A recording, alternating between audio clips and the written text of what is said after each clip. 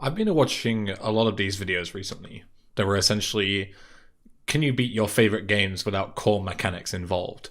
Such as, can you complete Minecraft without ever mining anything? Can you beat Super Mario without jumping or collecting coins? And part of me has wanted to do something like this in one of the games that I'm familiar with for a while, one of those being Vice City. So I've decided to try and ask and answer today if it's possible to complete GTA Vice City without any weapons, essentially with your fists only. Now, first off, let's start with the rules. In GTA Vice City, you may think that the fists would be slot 1 in your inventory, and everything else after that is a weapon. Unfortunately, because of one mission that's going to kind of throw a spanner in the works, which we'll address later, that isn't the case. The slot 1 is a dedicated space for the camera, which is only used in one mission, Martha's Mugshot. Unfortunately, there's nothing I can do about that. You have to use the camera in order to complete it. But we're going to class that as not a weapon, because you don't attack anybody with it. You just use it to take some pictures. So within the game, that is the first slot. The second one is the fists. So based on that, we're going to instead class a weapon as anything that goes in slot 3 or after, all the way up until however many slots there are. I forget which one the last one is. Sniper rifle, maybe? Using vehicles itself is fine. I can hit people with cars and stuff like that. But actually using weapons built in, such as the Sea Sparrow's little machine guns or whatever they are on the side, or a tank turret, that would make things way too easy, so I'm not going to allow those. This is going to be done on the PC version with no cheats or external tools or anything like that. Everything that can be done, you can do at home. And there are going to be some glitches potentially later on, but I'm only going to use them if it's absolutely necessary to complete the challenge. So here we are in the second mission. This is another mission where you're not really forced to use guns. I guess the only difference is that when Lance gives you a gun to deal with the chefs, you can just run straight to his car and do what I'm doing now, which is just driving to the gun shop and back. But the next mission is where we can kind of divert into two different paths. Essentially what I'm going to show you is a non-glitched way of doing the mission, and then a more interesting, in my opinion, but glitch-heavy way of completing the mission. I figured I would show both to kind of cater for both audiences, because my audience is quite speedrun focused, so maybe they want to see the cool glitches that maybe they haven't seen. And at the same time, if any like casual viewers per se are watching, then you can go ahead and check out the ways of doing it without glitches. So this right here is essentially the like boring way of doing the mission. This is why I didn't want to kind of show this entire thing off. Because it's just as simple as, instead of using the hammer which the game gives you to break the cars, like the devs intended, you can just punch them instead. It does like slightly less damage, but you'll be here all day punching them. But you can complete the mission this way. I can't believe this is happening! But that's fucking boring, so let's do it a much more interesting way. This is going to be using the on-mission flag manipulation, and essentially what I'm going to be doing is starting the mission twice. There's a number of different ways you can do that. I guess you can look into like speedrun documentation if you want to learn into how to do that. But because you start the mission twice, you spawn two sets of cars on top of each other, because there's two sets of cars because there's two like mission instances running, and that causes them to flip over and damage themselves immediately. So you pretty much finish the mission as soon as you start it. So it's much faster and, as you can see, much more chaotic in my opinion. So for Riot, to those unaware, you don't actually have to grab like the uniform or anything. You can just like cause a riot and head straight there. I tried to think of interesting ways to kind of dispose of the trucks. A couple of them involved me like Superman pushing them or flipping them, but as you can see, this doesn't really go too well.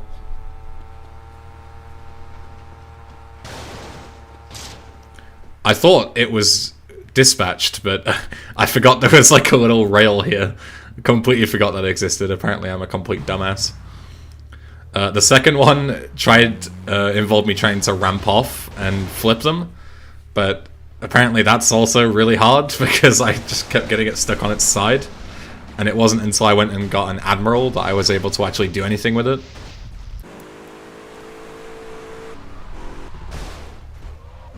And this apparently was enough to do the damage after all that. And then eventually for the third one, I just said sod it and threw it into the ocean with the dive out mechanic. Nice and easy.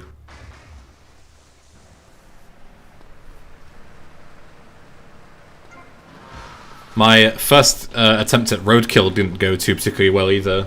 This is just me trying to do the mission normally. I will show a cooler way of doing it later on. I just got absolutely Merkel-manned by this cop while trying to deal with the pizza guy. There's a reason this mission's like the hardest mission in the game. Unironically. We'll get him next time. And honestly, the second try was even better, because as you can see here, I hit him so hard that I actually knock him through the wall, and I kind of get confused for a second as to where he is. He's actually been hit through the wall. You can see his little pink arrow there. This mission never ceases to amaze. So I just slowly beat him up through the wall.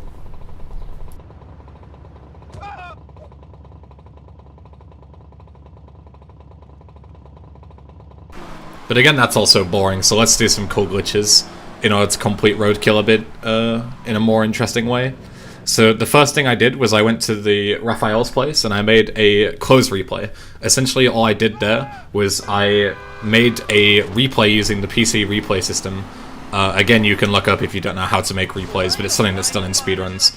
And I made a replay over the close icon. That's going to allow me to gain control in a lot of different cutscenes. And I'll use that for this dupe coming up. After you have that sorted, it's as simple as just starting the mission twice, the same as Jury Fury, and then finding a way to fail it as quickly as possible. So as you can see, I've got my health on really low here, and all I've done is I'm just going to get a cop to beat me up.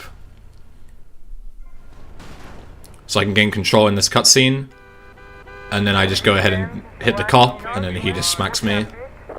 And then because I failed the mission, one of the instances of the mission passes and the other one fails. Or excuse me, it's the other way around. One of them fails and that causes the other one to pass because a thing called mission cleanup in the game has deleted the pizza boys out of existence when you failed the first one. So then because the pizza boy doesn't exist anymore, which is your target for the mission, the second one passes and that completes the mission. As you can see, the roadkill has been completed on the save section.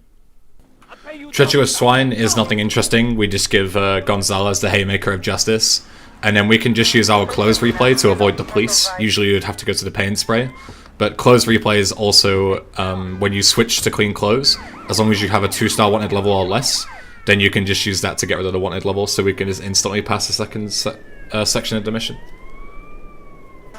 Mall Shootout is very much of the same.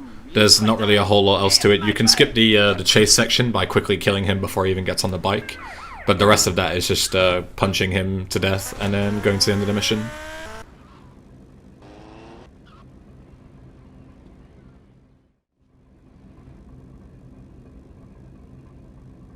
Now I'm sure you must be thinking to yourself at this point, alright Ben, you know, surely there must be some kind of challenge here because all of these missions have been pretty simple, and if there isn't, there's always been some kind of solution. Well, you're in for a treat. This mission was a lot more difficult than I thought it was going to be. As you can see here, the hardest part was the fact that the mission will constantly give you guns when you have your fists equipped and you walk over them. So I'm trying to punch here and I just keep accidentally shooting by accident. Even if I don't end up failing the mission, I'm shooting my gun so it kind of fails the challenge.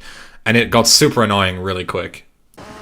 So this one here is like an hour later of attempts. This, as I say, thought it would take way less time. I didn't think this mission would be a problem at all, but this was actually the one that I spent almost the most time on when I was recording these yesterday.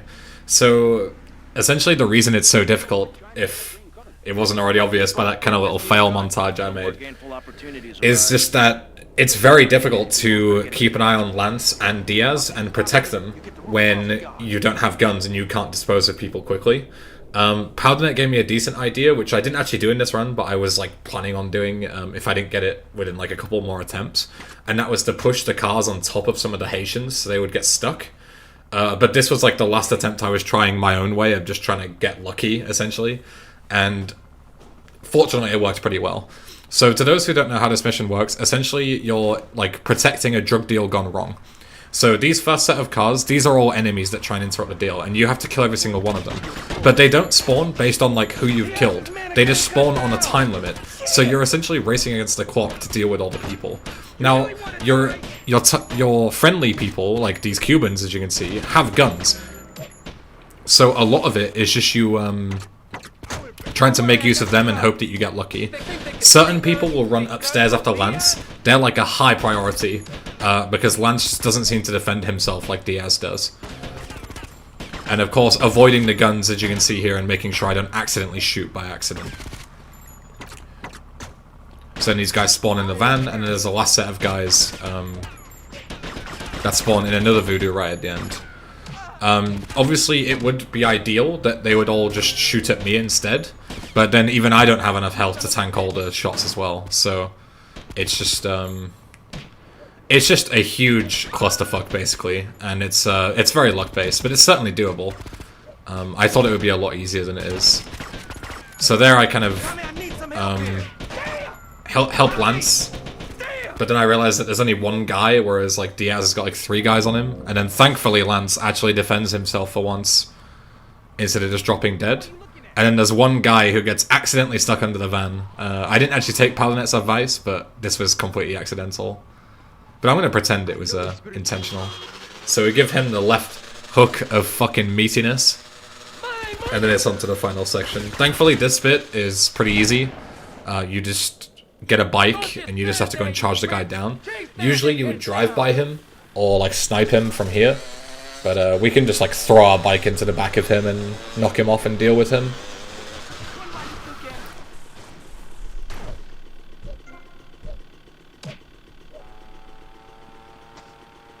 You're not going anywhere, buddy. Easy. So now we head back, and yeah, that's Guardian Angels completed. The first real big obstacle in this run. I live! Take heads! Hello, welcome back. This will be episode 2. But yeah, so the first mission we're going to do is the chase, and the reason I'm choosing this one is because nothing really interesting happens. There's a cool little speed strat that you can do to skip like the slow chase sequence, but aside from that, like, you don't need to use a gun. So there was a lot of comments talking about the fact that I was, you know, kicking people, and that apparently makes my series invalid. Technically a fair point, but kicks carry me in this series, trust me.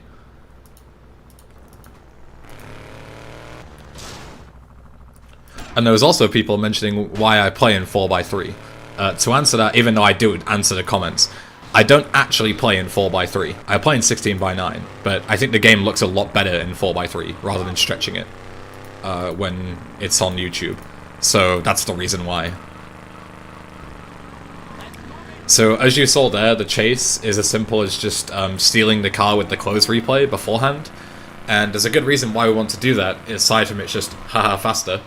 That's because the next mission we'll be doing, Waste the Wife, which is the second payphone mission. We want to use this car because it has a very special property in the fact that it is heavy, which means that you can do a lot of damage by collisions. So here we are on Waste the Wife. Again, just close replay shenanigans. Just allows you to walk a bit in the cutscene. Doesn't actually do anything for the mission.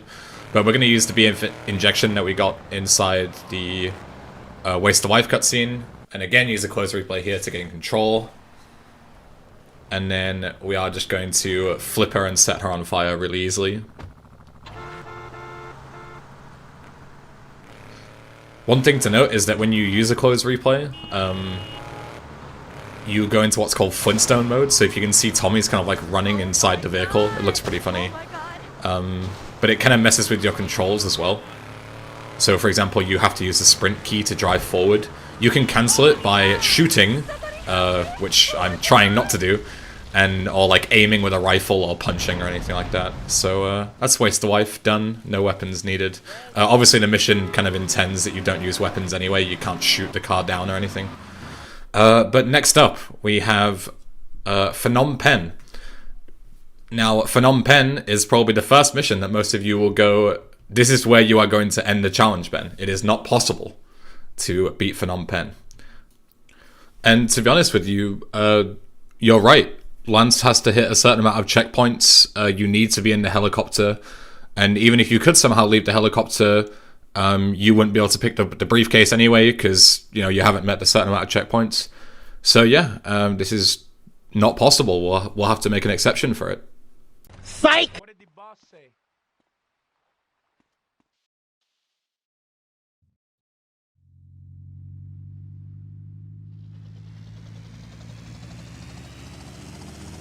One thing puzzling me. What's with Quentin? I don't know. I always kind of liked it. So you might say to yourself, Ben, what on earth just happened? And it's not actually that complicated. Essentially, when you die on this game on mission 0, so in free run mode, because the game doesn't think you're on a mission, you don't fail the mission that you're currently on. So what I just did was I set myself to this 2 health, so I would die from any fall damage. Then I used a close replay to gain control right at the start of Phnom Penh.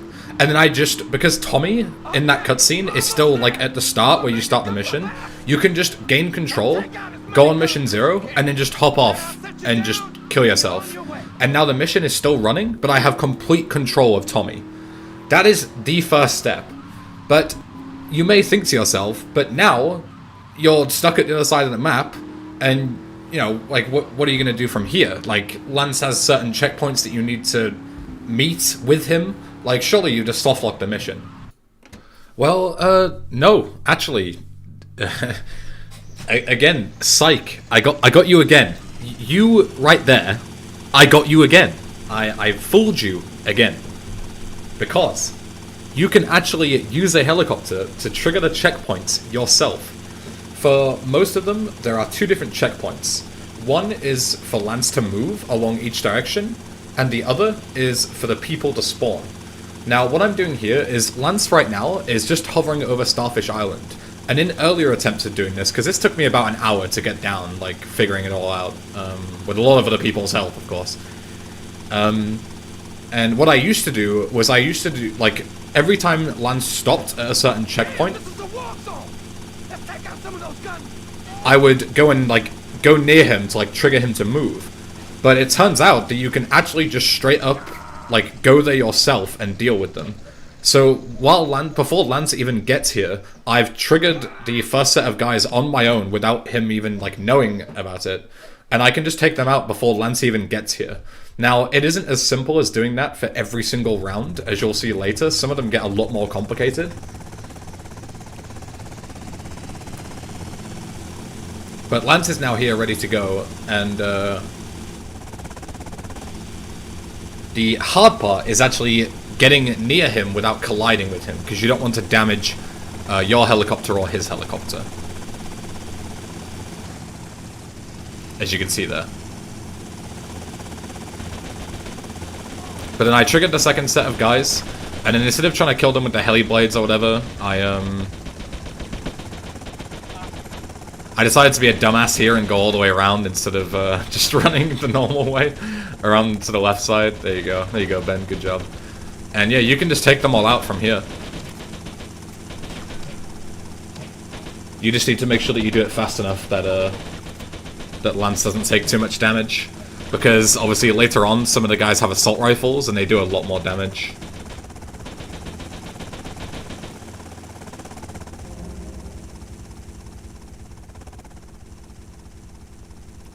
And then eventually, as you can see there, some of the checkpoints actually time out, where if you leave them for long enough, then Lance will just move on and basically ignore them.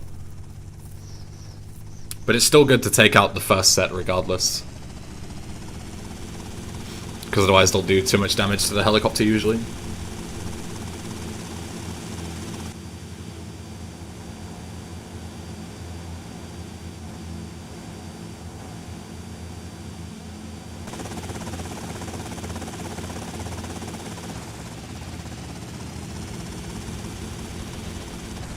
So that little bonk there has now spawned these set of guys, and it's essentially the same thing. You just go and take them out. Some of the guys, for some odd reason, just don't shoot at Lance. I guess because he's like too far away or something. So you can just focus the guys who actually plan on doing damage. So with those guys cleared out of the way, we finally get to bonking Lance. Eventually, we discovered, I think it was MHMD who told me that the easiest way to kind of trigger Lance is to just bop him on top, give him a little bonk with the top of the helicopter. Seems to be the easiest way, and it doesn't damage your helicopter because like his rotors don't really do any damage to you. So these guys, it's the same again. I parked on top of that guy to kind of stop him from doing any damage. But it's actually the next session which is like the most difficult part because of how, I guess, awkward they are to deal with. Because they're on like a really small balcony. There's 3 guys at the bottom and 2 guys at the top. So you can clear the guys on the bottom pretty easily, but the 2 guys on the top are really awkward. You can't really land your helicopter in there without damaging it, and it's a pain in the ass really. But we're making good progress so far. So right here, this was probably the funniest moment. I'm glad I actually did it in this, because I just went straight for the fucking dive bomb on this. And then almost blew up my helicopter and killed myself. But look at that, 8 health, because of the close replay. I just managed to get out in time, and I killed absolutely everyone with that explosion. That was truly incredible. A true kamikaze moment. So here I'm like debating, I'm like, oh god, like, what do I do? I need to like not accidentally kill myself again. Because, you know, Lance might get stuck and die or something. You have to babysit him quite a lot. But there's health right here, thankfully. And then, I didn't actually know this, but as I go and get my new helicopter, if you go and try and grab the briefcase now, without triggering, like, the next part where Lance actually drops you off, it crashes the game. So, yeah, we need to look out for that. So here we bonk Lance. This will trigger the drop section, but again, even though the briefcase is theoretically there, we need to trigger the final checkpoint, which is just standing here, and then there you go. Lance has now dropped us off, in theory, and now we can just finish the mission like normal without crashing the game. So, to everyone who thought that this would be the end of the challenge, that is Phnom Penh completed with just your fists. It only takes about an hour, even with a lot of people helping you, but it is theoretically possible. Don't talk to me. So, the next mission is the fastest boat. I'm going to cut this one up a bit because it isn't super interesting. The only thing I did differently compared to, like, you know, a casual Let's Play is just, you can skip having to pull the lever and having to fight the guys inside the warehouse by just doing what I did there and just teleporting to the boat by just walking up to it and pressing F through the fence. And essentially, the reason that works is because there's no actual enter animation for entering boats in this game. So if you're just within a certain vicinity, you'll just teleport. So a really easy mission, really quick, nice and easy, and yeah. Next up is another tricky one, supply and demand.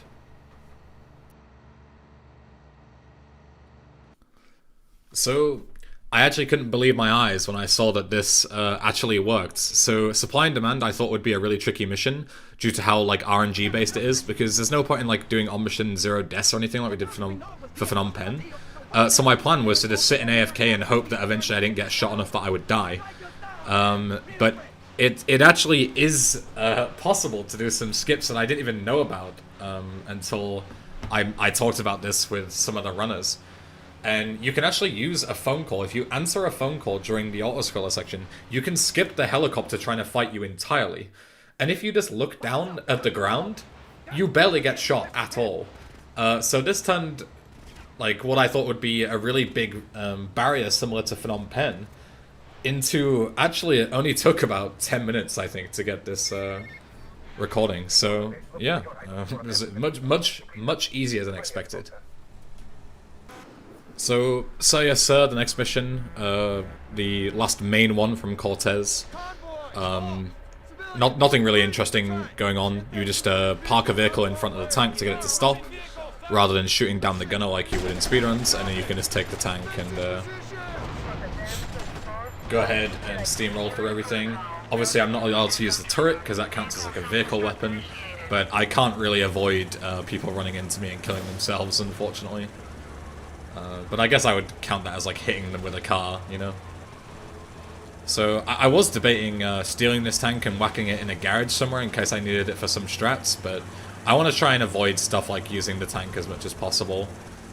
Again, unless it's kind of absolutely necessary, because so far I haven't found any mission that would require me to use a tank. So yep, so yes, done. And then the final one for this episode will be rub-outs. So rub-out was another classic example of missions that I could do really easily. You can just clip right into the mansion and then just like punch him to death. But I wanted to do something more interesting if I could. So the final idea was to take Diaz out with a PCJ instead. This is actually more tricky than it looks. Certainly, if you get your tires popped, it makes it like almost impossible to traverse the mansion. So you got to be very careful. Like as you can see, those guys fire a lot of shots at you. But this is one of the best ways to kind of tank bullets as well. Especially because Lance can die. As soon as you go into this interior, he'll spawn with you. And then you can use the bike in order to, essentially, like, he'll sit on the bike with you, so he won't be running around and taking damage. It's a lot safer for him to be on the bike with you. And then you can just, ride around and do whatever. Just imagine these two goofballs coming along and trying to...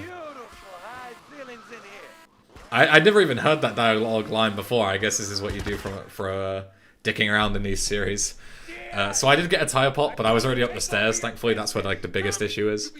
So these two goofballs coming to deal with Diaz. It's quite a hilarious scene. So then we just slowly make our way over and pop him one. There you go. Good night, Diaz. So that is Diaz killed. Basically the first half of the story. Beautiful house. Look what you've done to it. Without using any weapons. I trusted you, Tommy. I would have had you made. Say goodnight, Mr. Diaz. No, Tommy, don't use the gun. Don't use the gun. It's a fucking fist only. Tommy, you fucking ruined the series, dude. Fuck's sake. Alright, hello, welcome back. Episode 3. Can you beat Vice City with fists only? In typical English Ben video making fashion, I'm going to address another fuck up I made. So as you can see on your screen right now, this is Death Row. Apparently I completely forgot to either record it, or I deleted it, or I overwrote it, or some shit, I don't know. But I went back when someone commented saying that I missed Death Row, and I was like, oh shit, yeah I did, where's the recording? And it just wasn't there. It went from like, you know, say like number 15 of Say Yes Sir, straight to number 16 of Rub Out, apparently. So either I didn't record it and numbered it wrong, or I did, I don't fucking know. Anyway, yeah, welcome back. I hope you enjoyed episode 2. That was the first comment that I'm going to address, even though, as I said before, I do reply to comments. I will spend like maybe a minute or so at the start of every episode, I think, addressing you guys who either have feedback or suggestions or whatever. So I've got 3 written down. That was the first one. The second one is, will I be doing 100%? Essentially, will I be doing, you know, everything I can that's possible? And the answer right now is no. The solution for me right now, what I want to complete, or my aim, I guess is a better way to describe it, is to complete every mission and show that it's possible to beat every single mission in the game with your fists only. Whether that be through heavy glitches if necessary, or whatever else. I think right now 100% is impossible because of things like rampages. I don't know of a way to complete rampages without, you know, dumb shit like either SSU or Ace or anything like that. And as I said before, I want to avoid that as much as possible. So there's no plans for 100% right now, just all missions. And the third one, as we come to the end of this mission, Death Row, you know, nothing really too interesting. I just thought I'd add it in at the start to make sure that I've actually got every mission. I feel like I got really lucky with this, actually. But yeah, the third one is, why don't you just hit everyone with a car? Why don't you just get a car and just run everyone over? The simple answer is because that's fucking boring. Alright, with that being said, Shakedown is up next. Another mission, kind of similar to ones I've done before, that I didn't think would be that difficult, but it actually took me like an hour. So those who don't know, essentially Shakedown is just you have 5 minutes to go and break all of the windows in the mall. Now obviously with a gun this wouldn't usually be a problem, but you can't punch the windows, it doesn't do any damage. So I have to essentially find a way to break the windows by other means. The first thing I tried was to actually just take a PCJ there and just ram into the windows. That was like the original plan all along. But I didn't realize that I wouldn't have enough time. The timer is a huge issue in this mission.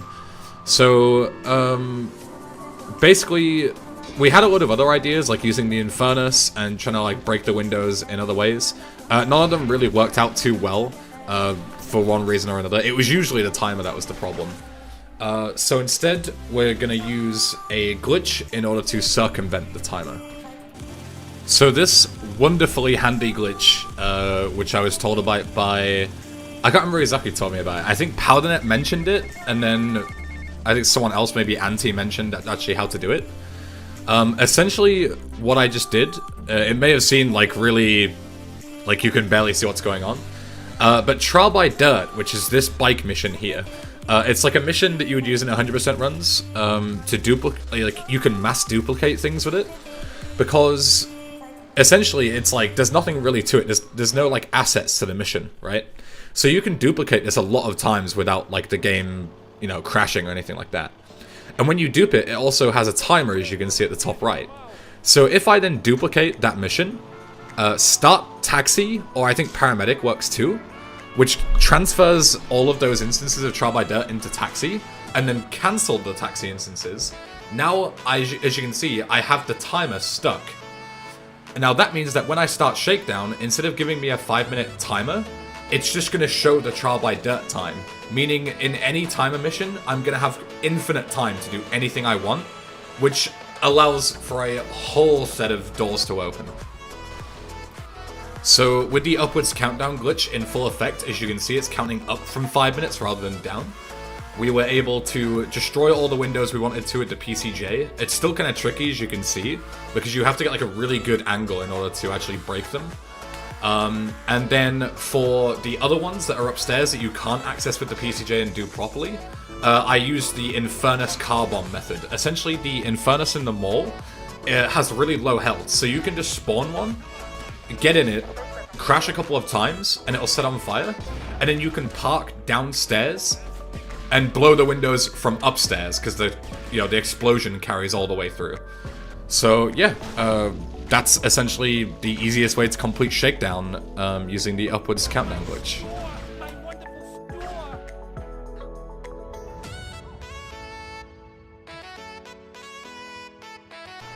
So next up is Barb Roll. Essentially, the mission is you need to go and deal with people who are charging this certain business protection. And they basically, once you get there and kill their bodyguards, they say, you go and fight out amongst yourselves. So you go and deal with the people, and then the two bikes spawn with people on them, and you've got to go and chase them down and kill them, and that's how you beat the mission. Now, I wanted to do something interesting, as you can see what I'm doing here. In order to deal with the two bikers that spawn, I wanted to essentially force them to kill themselves using a Packer, which is the vehicle you're seeing on screen. So what I did was I parked it at their like end location and blocked off the bridge that they would usually cross and fight you on, to see if I could get them to essentially walk instead into the ocean and drown themselves. With the Packer in place, the next step was to spawn the guys. And the best way I thought of to be able to do that was just to simply kamikaze myself into their compound. Reminder that I'm using a close replay if you're wondering how I'm extinguishing the fire. Yeah, so the last step to kill these guys was to just basically use a close replay and just throw myself in there. And then I actually ended up keeping the taxi so I could follow these guys and see if I could get like a decent view of hopefully their suicide mission. As you can see, it didn't go particularly well. They just kind of got stuck in the corner instead. But that's not a problem for us, because here at EnglishBen's YouTube channel, we always find a solution.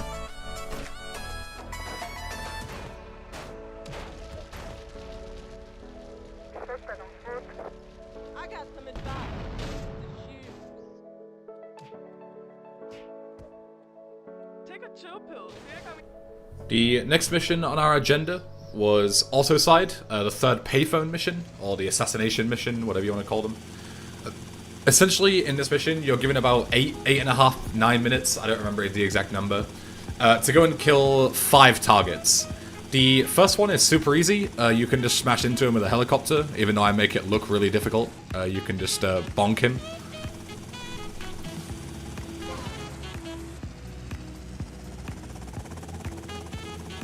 The second target is much more of a problem because he's in a big security car, which is very heavy and has a lot of health. Now what I tried to do, as you can see, is I tried to glitch a car in memory, which means that it wouldn't despawn, even if like the game tried to despawn it, and park it underneath the van in order to see if I could flip it. But as you can see, that does not work. He is just stuck. Eventually he does get himself unstuck, but unfortunately this idea is not going to work. As you can see, I even spent a lot of time punching the van to see if I could make it explode underneath the security car, and even that wasn't enough to destroy it.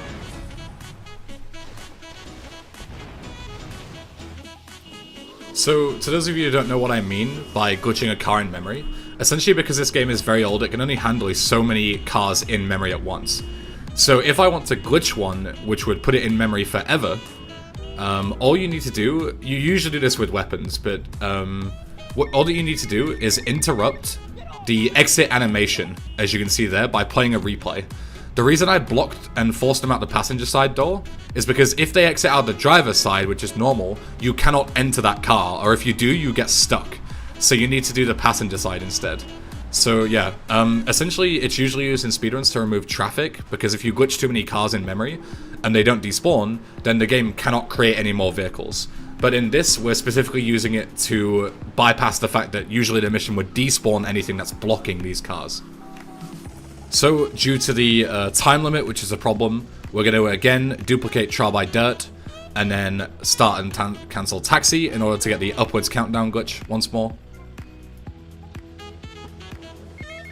So unfortunately, our 600 IQ glitching cars in memory strat didn't work. So the other much more boring way to do it is to just ram him with abusing the close replay until he gets out the car, and then you can just run him over. Now, the third target is exactly the same, except he has a passenger, which has a very powerful shotgun which can kill you in one hit, I believe, even with armor. As I already had a damaged caddy, however, I could just throw that at him to remove the threat of the passenger blowing my brains out. Unfortunately, the car got stuck, but it's actually locked, so we won't be able to, as he almost kills me there, we won't be able to hijack him, unfortunately. We have to do the same strat as with the security car. However, in an insane turn of events, we actually get him stuck in this little area where an armor spawn is, and that allows me to just flip him instead. See ya!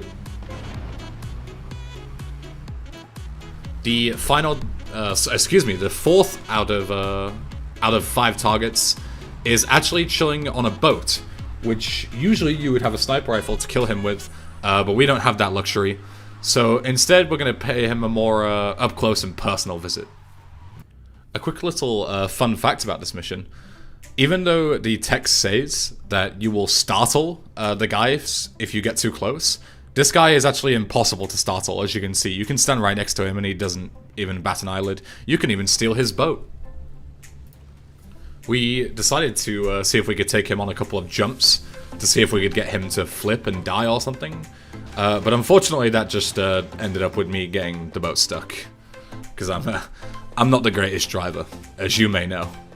So instead we just decided to take mercy and give him the left hand of justice.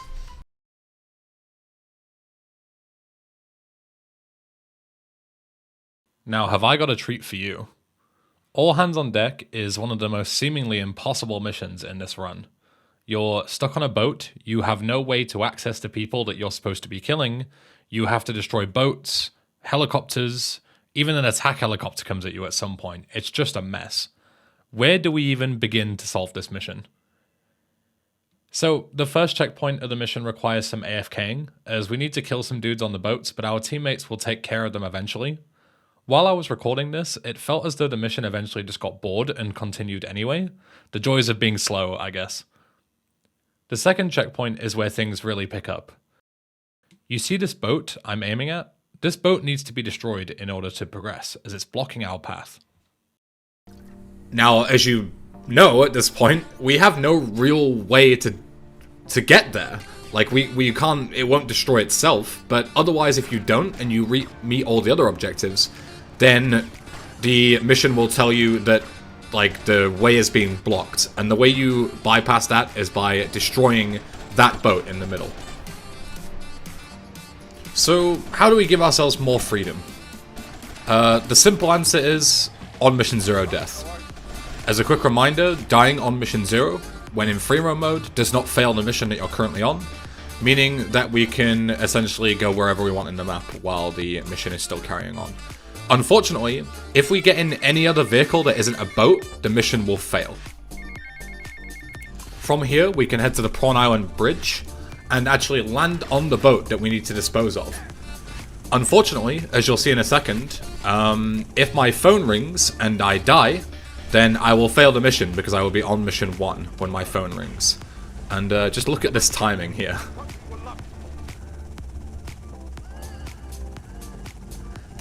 The phone rings at the last possible second, so I failed the mission entirely. So the next step before we try again is to empty our phone call queue entirely.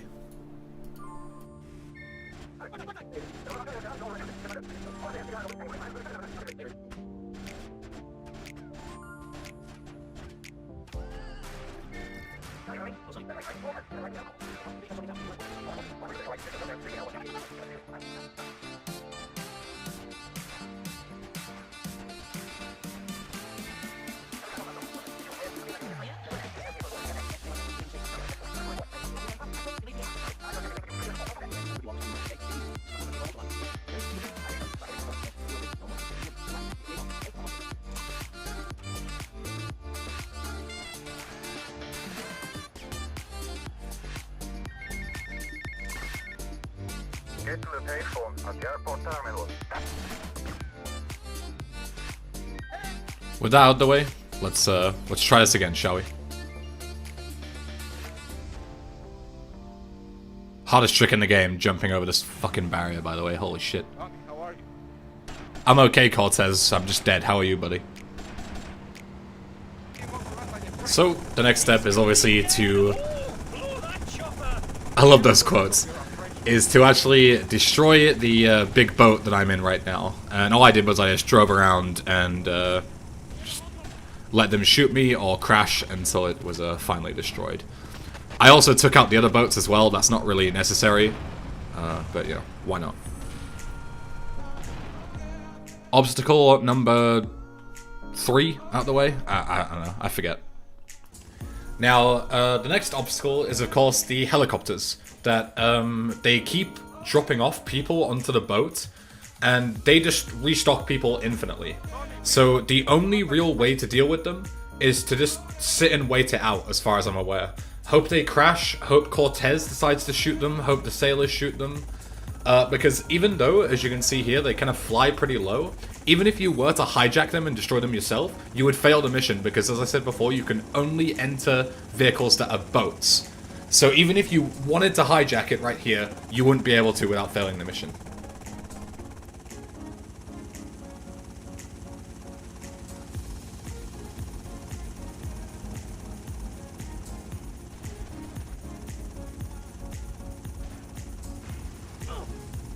Come on, kill them. My country will love you.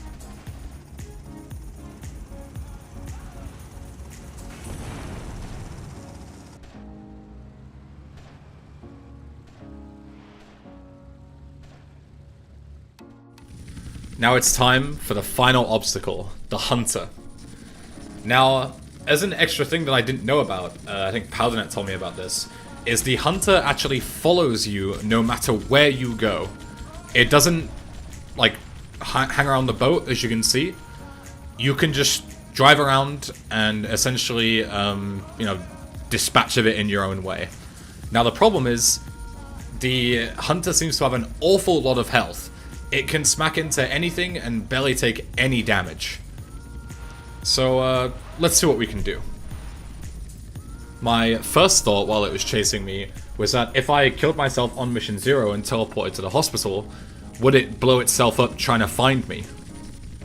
And the answer was no. It found me pretty fast, unharmed. After about 10 minutes or so of dicking around, I got it stuck in this building. And because it didn't seem to be taking any damage, I thought it being stuck here, I basically thought it was all over, and that I would have to restart the mission and babysit it a bit better. But then, when all hope was seemingly lost, I'm not even going to explain it. I'm going to let the reactions speak for themselves.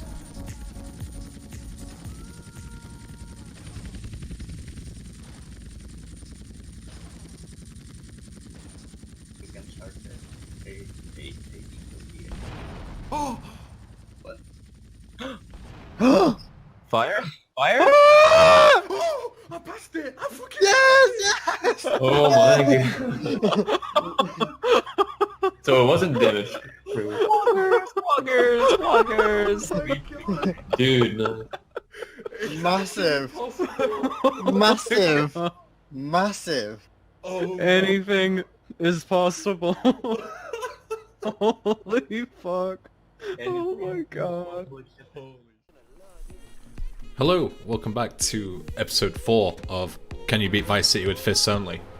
As you can see, we're kicking off with yet another Packer strat. Can't get enough of these things. But yeah, we're not going to be exclusively using the Packer for this. It's going to be more of a firefighting segment.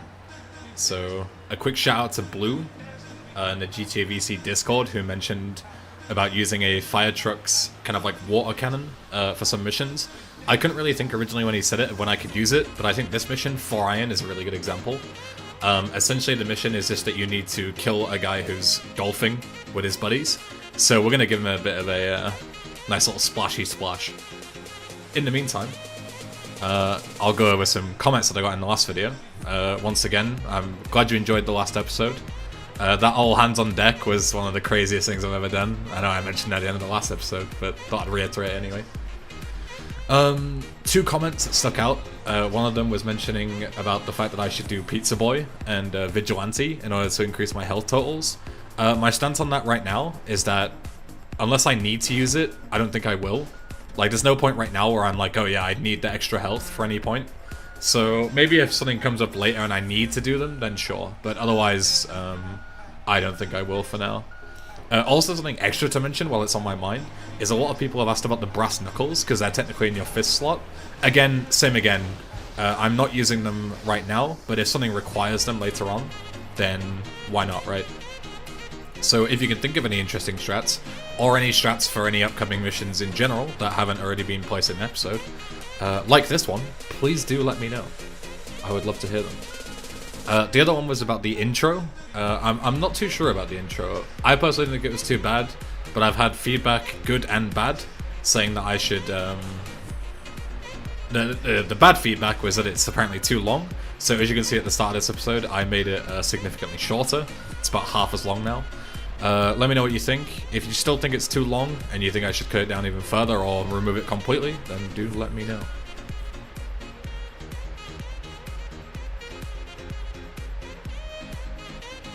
Before we continue with Avery's missions though, we're going to take a quick little detour for good reason. And this is to buy the Malibu Club and complete No Escape. This mission involves you breaking Cam Jones out of prison. And the easiest way to do it, you don't even need to fire a gun. You can just run in through like I did there and grab the key card without having to bother with like the police uniform or anything that you're supposed to grab to stay undercover. And then you just take him, pay and spray, lose your wanted level, and then just take him to his house. Or hideout, I guess. So, next up is Demolition Man, the very infamously hard could never beat as a kid, blah blah blah mission. I don't actually find this mission that difficult. I just bonk a few walls every now and again, you know, just to spice things up a bit. But all of a sudden, when I was recording this, I just completely forgot how to play the mission. And it all of a sudden, I understand what you all mean. It is actually extremely hard. I don't know if it's because I haven't played it in a while or what, but it was... I just couldn't beat it. And you see here, I'm flying, and I'm just it's like someone's taking over my controls. You know, I was flying just fine, and then all of a sudden I can't stop hitting things, and now I'm dead, and I failed the mission. So how are we possibly going to pass this? Well, let's go with a different strategy. So because I'm an awful gamer, I'm going to instead show you how to complete Demolition Man without actually ever doing it. So right now we're in the shootist, and we're going to use this mission to insta-pass Demolition Man. So the first thing you need to do is duplicate the shootist. Again, as I've said before, if you're interested in how to do that, there's many different ways of doing it. And you can check out like speedruns or any kind of speedrun documentation in order to start this mission twice. And then as soon as you get through the tutorial, we're going to use a save icon warp, which works exactly the same way as the close icon replay that we made before, but instead it's over the top of a save marker, and that will allow me to save warp out of here in between the second round, which is the one that we are starting now, and the third round. The simple premise behind insta-passing Demolition Man is to just start the mission during these two rounds. So as you can see there, I played the replay of the Hyman condo, which I'd purchased, and now we're stuck in a kind of interior mode. Essentially the game still thinks that we're in the ammunition, so I plan on originally going to get the, I think like the ambulance or something and driving back, but then I quickly realized that there is a helicopter right above the Hyman condo, so we can fly back. I thought that would make things more interesting, because flying back to the Malibu without being able to see the buildings and stuff is pretty tricky. So we'll get back to the Malibu, and I'll show you the second part of the Instapass.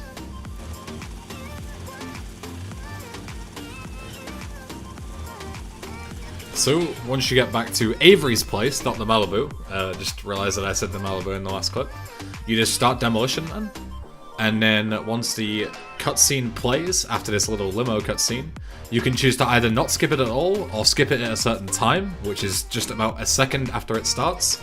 And that is mission complete. That is Demolition Man completed without ever delivering any bombs. So technically we avoided using an extra set of weapons.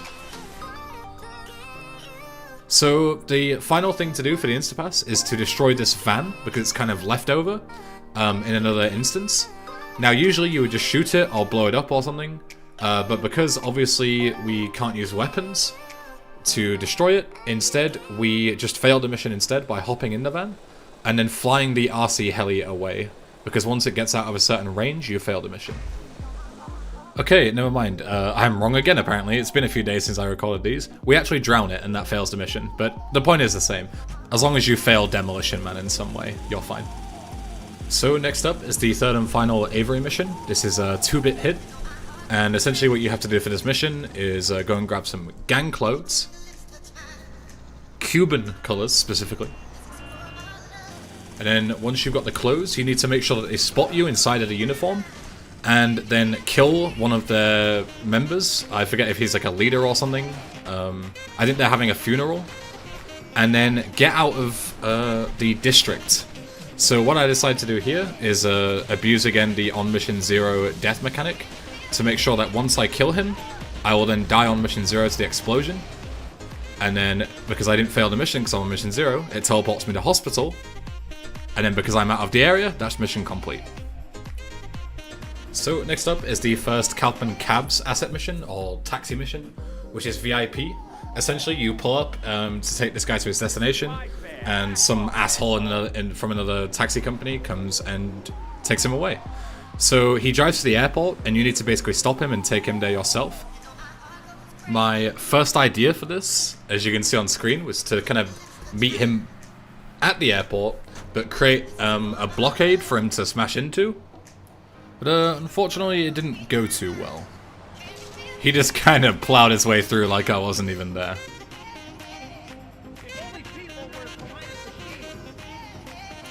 The second idea was to kind of force the other rival taxi to get stuck somewhere, like this, so then I could get out and give him the left hand of justice over and over again.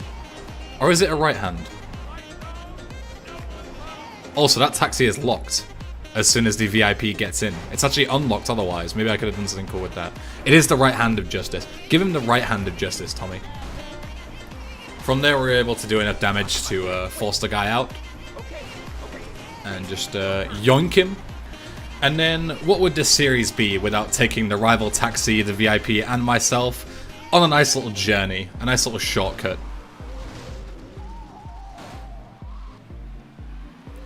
Set his ass on fire, Tommy's legs sticking through the car, jump off the roof, and deliver him in timely fashion.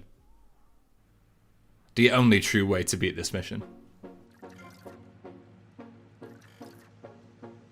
So, next up is the penultimate payphone mission, or the assassination missions. And essentially, it looks to be a follow-up to VIP. It's kind of interesting how the order does it, because the guy that you have to kill in this looks very much like the VIP from the last mission that we did, VIP. So, this mission is essentially an auto-scroller. So I just go ahead and stock up on armor and things while I'm waiting for a deal to take place. Essentially, a lady that you're supposed to follow does a deal with the man so you know who to speak to, and then you just kill him, grab a briefcase, and take it to the ammunition in downtown. And now it's time for the Love Fist / Biker section of the run. Next up is the first Love Fist mission. I was going to say Love Juice, but the mission name is Love Juice. The first guy we have to deal with is this guy, who steals some money for us in a drug deal. And as you can see, I didn't want to pussy out and just run him over. I decided to see if I can, take my fist to a gunfight. And he does a lot of fucking damage. So this last attempt where we actually end up getting him, it's a big clusterfuck. I think it was a Disick at the time said try and throw your bike at him from miles away. So here I'm just desperately trying to let the bike take the bullets instead of me, because he's already almost rinsed me.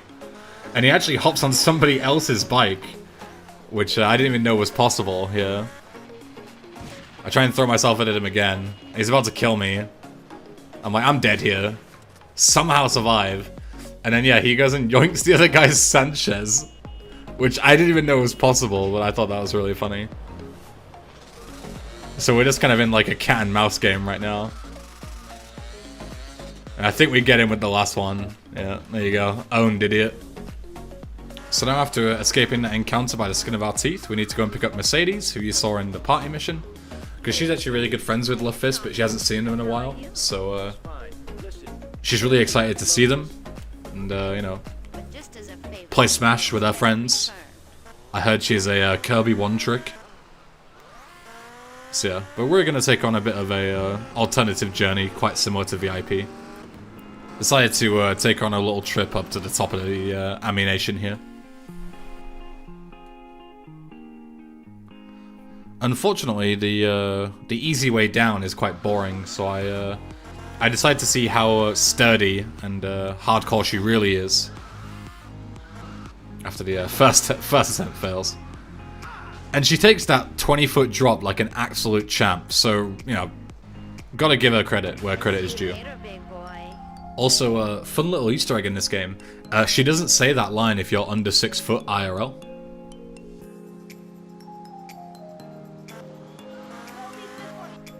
Next up is Psycho Killer, a super short mission. Usually it's only about maybe 30 seconds long in the speedrun. Essentially, you just have to go and deal with a psycho who is like stalking Love Fist, who turns up to one of their, I think it's like like fan meetups or signings or autographs or some shit. You can actually gain control in this cutscene with a close replay and try and kill the psycho in the cutscene. I tried a lot, I wasn't able to do it. The only person who I was able to kill was a fan, and that actually fails the mission. So it's probably possible, but I wasn't able to get it done. So instead, we're going to cause a bit of a blockade for the psycho. So what I did was I glitched 2 buses. If you're wondering how I glitched these buses to make them not despawn, it's been mentioned in other episodes. Essentially, you just need to play a replay to interrupt the animation of someone exiting. And then it just kind of turned into a clusterfuck, really. The trash master helped kind of block them in. And then I didn't actually think they would get out. I thought they would just kind of chill, so I'm like almost dead here. And then instead of just like stun locking them, I try and be funny and try and push the other bus on top of them. And that didn't work. So I'm kind of panicking right about now. And then, yeah. We'll get them next time.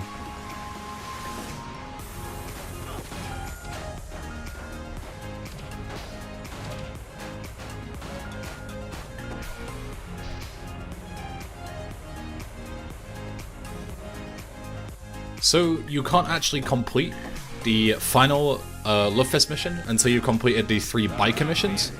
So what we're going to do for the first one is it's a simple race, but right at the start you can steal one of their angels, and it actually has custom properties which make its handling and I believe acceleration as well, but don't quote me on that, really good. So as you can see, we're just making an absolute mockery of these guys. And then even if you do drive poorly and you come up to the last corner, then you'll see here in a second that these guys always just drive off the rails at the final corner. They have no idea how the brakes work. So yeah, you can, even if you bail off like I did, you can still pass the mission, because look at these absolute buffoons. So yeah, you can still easily dominate these guys.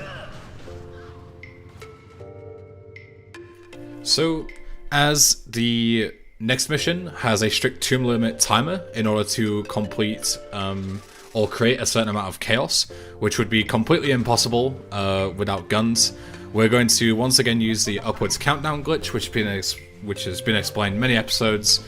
But essentially, TLDR is, if this is your first episode you're watching, which why would you? But you know, you just need to complete Char by Dirt, duplicated, or excuse me, not complete it, just duplicate it, and then start and kill either taxi or paramedic, and that will give you a timer rather than the timer in the mission. So you essentially have infinite time to complete the mission.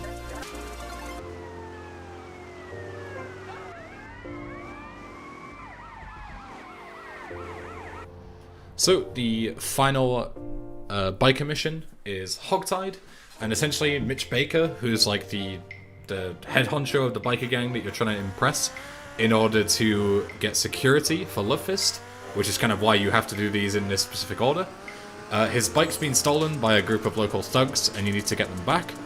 And the easiest way to do it without using any kind of weapons is by, first off, using that, doing that sick little 360, and then by taking a phone call. By taking a phone call, gangs don't attack you, and these guys count as gangs. So you can just avoid all confrontation by taking a phone call during this mission, by being on mission 0. And then we're going to use a save warp at the Scumhole Shack, which is a local, safe house, to teleport back without having to deal with any of the people who chase you. And then you can just wait for these guys to drive, because otherwise they'll hit you as you land. You just wait a second, and then you can just give Mitch his bike back with no problems.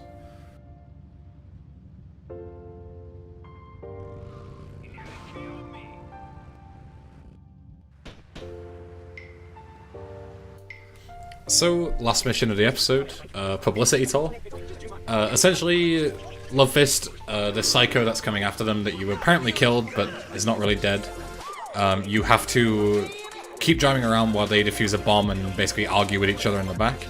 There's a bunch of stuff I tried with this, but unfortunately the only kind of interesting thing that you would do compared to what the devs intended is that, as you can see, you can use replays to keep the conversation going without having to actually drive around. But I didn't want to end the episode on, you know, something boring like this, even though I tried a bunch of On Mission Zero stuff, but I wasn't able to, like, properly pass the mission. So this is, like, the way you would usually do it, but, as I said, I didn't want to end on that, so we'll do something a bit more interesting. With a never-before-seen Instapass, which you don't even do in speedruns. So, this is Recruitment Drive. We're also, as you can see, on the international version. We're going to make a switch for a couple of things. This is one of them. This Instapass, as it stands right now, is only possible without any kind of cheats on the international version, hence why I've switched over. There might be some other things later on that require the international version, so I'll switch. But as I say, when I usually do speedruns, I usually do them on the Japanese version, so the reason I don't switch is just because it doesn't really matter and I'm lazy. So that line right there, I soft-locked by letting go of a held phone call while on mission 0. And essentially that has soft-locked that like line to be playing. And then when you start Publicity Tour, you don't crash the game. Instead, you just start it seemingly normally. However, if we just sit and AFK and fail this instance of the mission which is left over,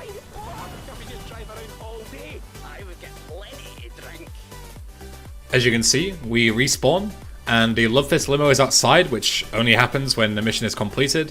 There's no mission marker anymore, and if you see I bring up the save menu, and then save the game, you can see our last recently completed mission is Publicity Tour. Hey, what's up? Welcome back to episode 5 of the GTA Vice City Fists Only series. We're going to kick off this episode with a recruitment drive, which is the first, what's it called? Inter-global fucking film asset studio mission? Inter-global, international global film studio? Whatever it's called. Anyway, proves my great knowledge of Vice City names there. We're gonna go and pick up a few film female actresses, quote unquote, and we gotta kill this guy. This guy is Candy Sucks's manager, I think. Yeah, I think it's his. I think it's his manager. I think it's her manager. Commentary going off to a great start. Anyway, the manager usually drives off, but I stole his car, and the plan was for him to get back in, kind of like what we did in the chase, and make him get in the passenger seat by blocking the door. But he just ends up stealing another car. He just takes that big ass box fill and drives off. So I didn't even know that was a thing that could happen, but apparently it is. Anyway, we do catch up and eventually steal his new car. As these guys just teleport out the back because there's no actual back seats. Usually like 3 people get out. But yeah, you'll see what we essentially do here. I need to lure him. I need to be moving, and I need to have the driver's side where Tommy is in the car blocked in order so when he gets in, I use this like pipe here. This is a really bad idea, but it worked anyway. Could have used like a wall, but no, I decided to make it difficult on myself. But as you can see, now he's in, and he won't try and hijack me. He will just sit in the passenger seat. I think I zoom in on his face here in a second. There he is, just chilling with us. So now we've got him in our company, we decide to take him on a little trip even. I can't even talk today, what's wrong with me? Why am I even recording this? Yeah, we take him on a nice little USJ. We actually make it across, which is impressive enough. But then we unfortunately slowly roll it. So, yeah, that's unfortunate. He just gets out, his AI doesn't work anymore. But because I'm on mission 0, I can just let this blow up next to him. He is now unfortunately deceased. And the mission has not failed, because I love abusing on mission 0 death strategies. Now we've collected Candy and Mercedes, we can go ahead and take them back to the studios to finish the mission.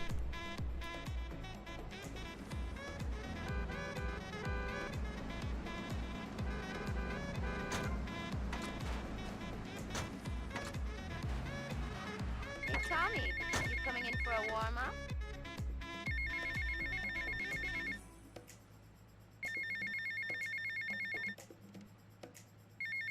Whoa, cool shark.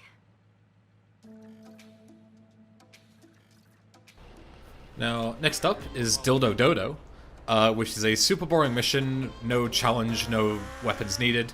You just fly around the plane and scatter flyers around. But the eagle-eyed of you, who will know about this game, will know that this is actually Copland. And if you do this, what I just did there was I'm on mission 0 on Copland. I was holding a phone call, and then once that specific line of dialogue played that you can trigger from Lance, I let go of the phone call, and that has soft-locked the mission audio, similar to the Publicity Tour Instapass that we did that we did in the last episode. Now we go ahead and start the mission, and that has now insta-passed Dildo Dodo. There is still an instance running, as is very common with insta-passes. Usually you would just shoot and blow up the dodo, but obviously we can't really do that because we can't use guns. So we need to destroy it in a different way. Who put that building there?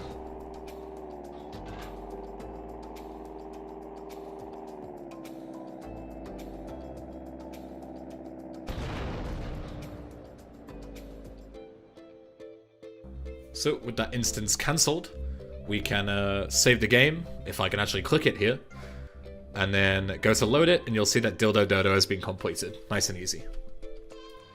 Next up is Martha's Mugshot. People who have watched, or those of you who have watched episode 1, you may remember this mission as the one kind of main exception I could think of, that I would have no choice but to use a specific weapon because of the slot it's in. This is the camera, as you can see me kind of like showing it off. This is put in slot 1, so it's not your fists only, but there is absolutely no way to complete this mission by any means to my knowledge without using the camera, as it's like part of the actually part of the mission, you know, like you can't just not use the camera. There's no other alternative to my knowledge. But usually in speedruns you would use a helicopter to avoid having to deal with other people in the hotel. But that's no fun, so we're gonna man mode this out.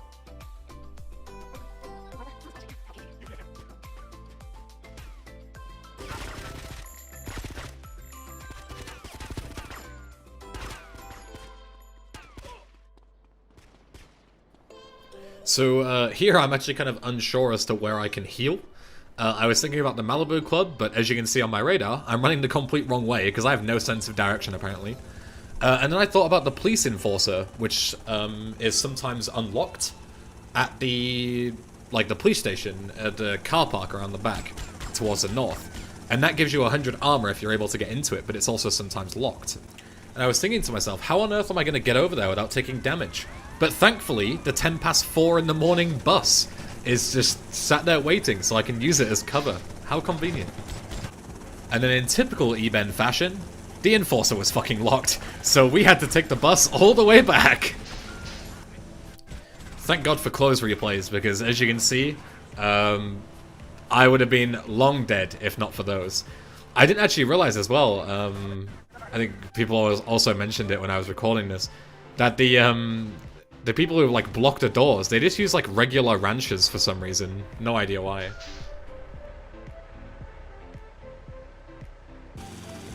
Next up is G Spotlight, and there's not really a whole lot to this mission either. Usually you would use a motorcycle and go across all these rooftops and make your way to this final spotlight at the end. But you can just use a helicopter. Again, you don't need to use like weapons or anything, so we'll just skip on ahead here.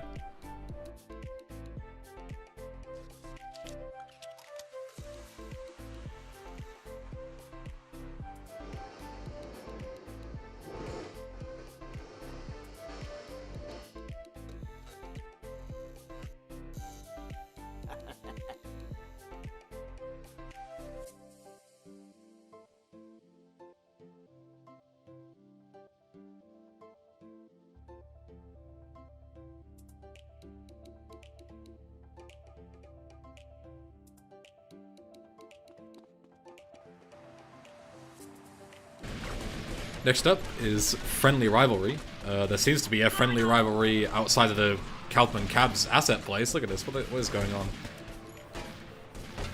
Gang violence is not the answer, everyone. You should love each other. As that guy almost absolutely creams me, Jesus Christ. Yeah, this is the second Kaufman Cabs or taxi asset mission. And you have to destroy these 3 rival taxis. They can drive and kind of you know, go anywhere they want.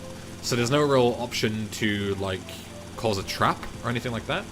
But if you collide into them, they'll start chasing you. So we can use that to our advantage by just abusing this little piece of the bridge here. That doesn't have, like, a railing or anything. And, yeah, because they're chasing over us and we're over the water, they just fall like dominoes. Easy mission.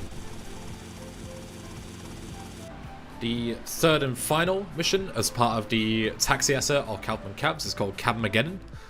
You pull up to the docks thinking that Mercedes is supposed to be here. No sign of Mercedes. But it turns out it's actually a trap by the rival gang, or rival, you know, taxi firm. But they're pretty much a gang at this point.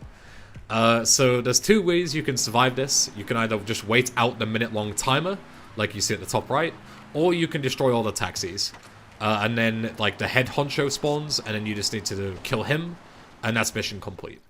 But there is a really easy way to just leave the area. So you can just wait on the timer, but we're going to do some more kind of interesting stuff instead of just AFKing.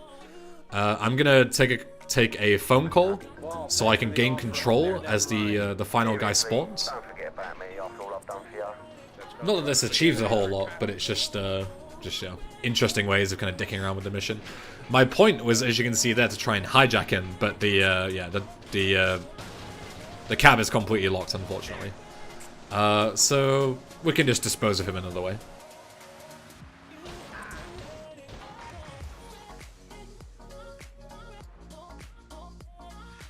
Easy clap.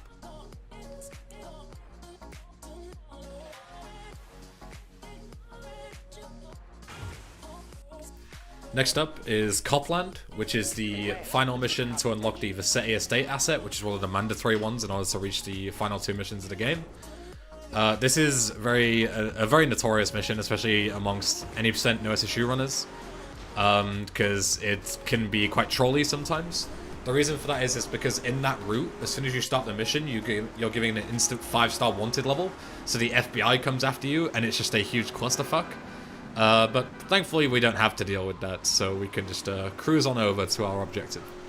We need to get a 2-star wanted level on the way. The easiest way to do that is by robbing a store, but we can just punch the clerk, it has the same effect. Now we've changed into our uniforms. We can plant the bomb in the mall, which is kind of like the whole point of the mission to begin with, is you're planting a bomb in the mall, inside this cafe. I do love to repeat myself. And now you're given the 5-star wanted level. But thankfully, because we brought a helicopter, we can just go ahead and fly away. I don't know what this guy was shooting at. He's shooting at the sky, apparently. He does survive 2 shots from Lance, though, which is pretty impressive. What an absolute demon. But, you know, getting kicked a couple of times by Tommy, no, insta-dead. So, now we're dealt with those guys, we just fly back, and that's mission complete.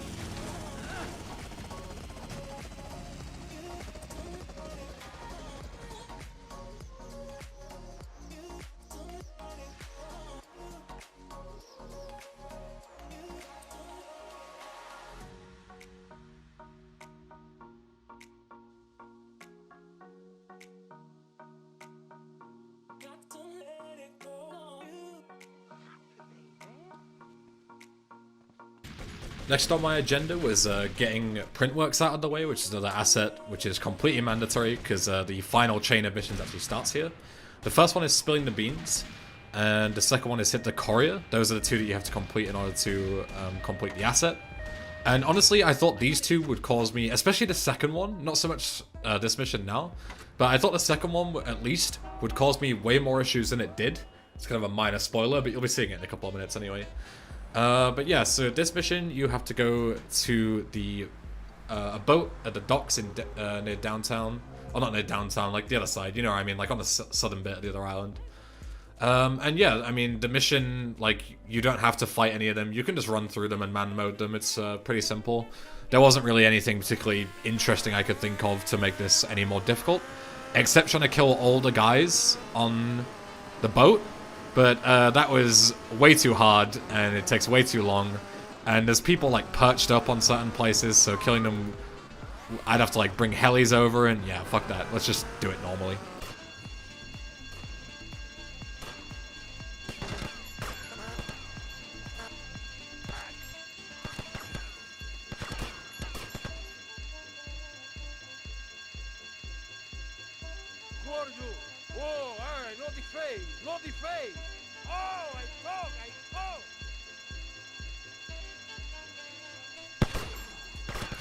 As you can see, these guys pose no real threat. I was just kind of dicking around at this point.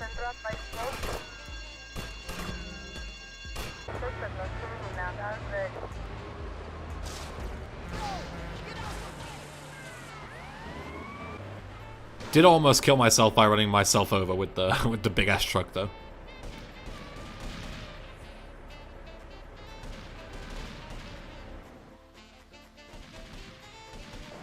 Really quick though, before we finish the hit the courier, which is the second mission from what's it called, the Printworks. We're gonna quickly start hit the courier on mission 0, and then quickly hop in the ice cream truck to start the ice cream mission. And that actually insta-passes the ice cream mission. It's actually required in all missions. It's actually like a mission in the game where you have to sell 50 ice creams, but fuck that, that's boring. So yeah, that's mission passed. So now with that quick little detour out the way, we can actually do hit the courier. This, as I said before, was a mission that I thought would be really difficult, but it wasn't. Essentially what happens is a heli that you can see in the distance comes and lands, and they have a set of plates in a briefcase that we need to grab for the printing jobs that we're going to do at the Printworks. And there is a lot of ladies guarding them. They have shotguns that basically act as sniper rifles. They have like insane range, and also there are actually snipers perched up on the rooftops as well. As you can see, like my car takes a lot of damage very quickly. But walked in, gave it the old left-right good night, you know, with the old 1-2. And in typical fashion, where when you actually, you know, want to make it challenging, they like don't shoot me at all. So yeah, I actually did this several times to see if I got lucky or not. And yeah, it just turns out if you do this, they seems to be possible every time. This mission wasn't as nearly as challenging as I thought it was going to be, unfortunately.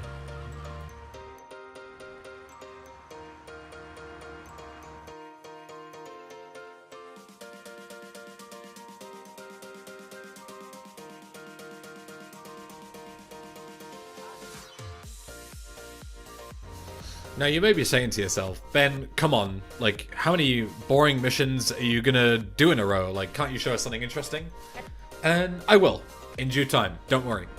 Unfortunately, this is another mission which you can't really do anything about, and it's the first one in the gang mission, like gang war between Cubans and Haitians chain. But I won't bore you with it, it's just collecting checkpoints, there's nothing to it. So let's just skip right on ahead. This is the last one, I promise.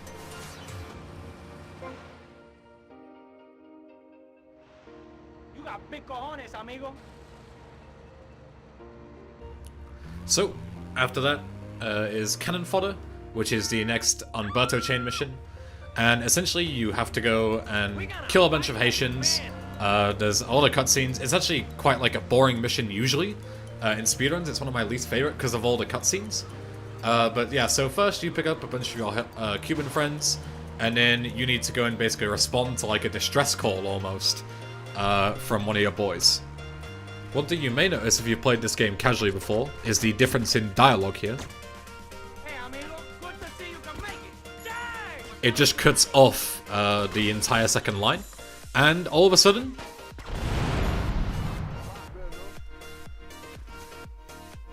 yeah. So essentially what happens there, I didn't actually know this was a thing at all until Powdernet told me about it. So that was obviously an On Mission Zero death.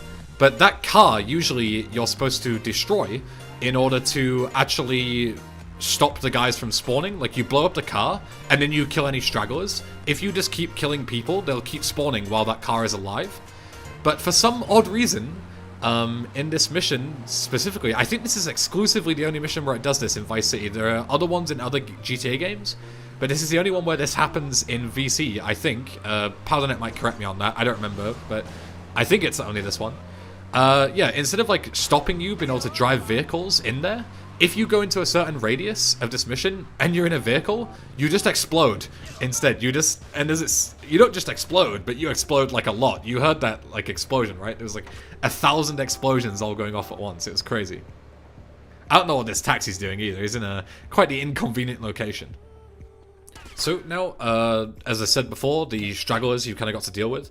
This guy makes a lot more sense to actually go for first, because the other guy doesn't do shit all, but this guy has an M4, so make sure to kill him first. because he does a lot of damage. Whereas this guy is kind of like a pushover. You can just kind of, you know, do whatever you want with him. Now my brother's Easy. scared. Next cutscene. So this next situation is basically the same as the last, where there's a sniper on the rooftop, and there's plenty of people that you can kill below, but you have to kill the sniper in order to stop them from spawning. So there's no penalty for like abandoning your homies or anything. So you can just go ahead and go and grab a helicopter and kill the guy using the heli blades, as you won't be able to get to him normally. And then I decided to throw myself back in there to showcase the explosion again, because I thought it was really funny.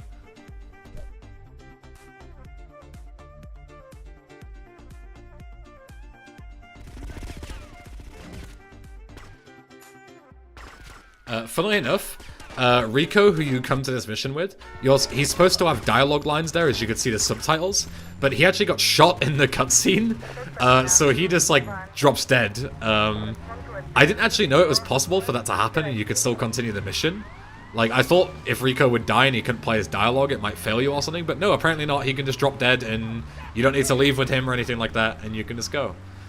One interesting thing in this mission, which you can showcase really easily, is if you look above, there is actually a traffic light on top of that building for some odd reason. I was sure to let the police officer know. Look, officer, look at it. What is it doing up there?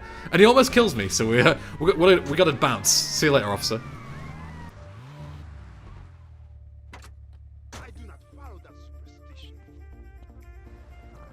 Next up is Naval Engagement, the third Umberto mission. You have to take this boat with Rico and go and deal with a bunch of guys, grab a lot of briefcases, and come back with a big-ass wanted level.